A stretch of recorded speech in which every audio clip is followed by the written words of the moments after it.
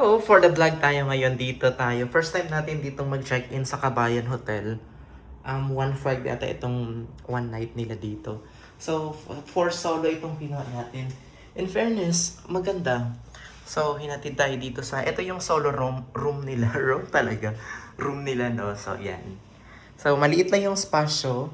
Pero makita mo naman parang na-wax talaga ng todo yung sahig. Ayan, nakakalat ng sapatos ko. May ilaw pa sa baba. Then, meron siyang tsinelas na libre. Meron din mga buffet set dito. Oh, to 40.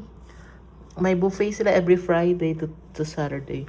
Meron pa silang ganito. Meron pang telephone. Medyo mainit pa. Meron mga pailaw. Ganyan. Ayan. Ang kinaganda dito is meron siyang shower. Tingnan niya shower. Glass yung shower niya, no? Ay, ganyan. Yan. Papunta dyan. Yan. So, yan ang shower.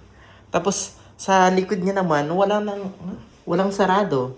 Yung CR is walang sarado. So, pag nagtai ka, kung hindi mo kung hindi siguro ito masigop ang amoy, siguro buong kwarto ang mag-amoy tayo. Pero hindi naman. Meron naman siguro silang exhaust. Try natin. Ah? Baka automatic na tong exhaust niya.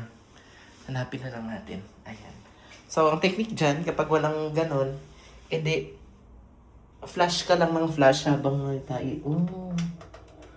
O ba? Ayun, nabasa ako. Nabasa ako. Kasi, yung bidet niya pala is automatic. Ayun. So, ayun, nabasa ako. Ang tanga naman, no? Ignorante kasi.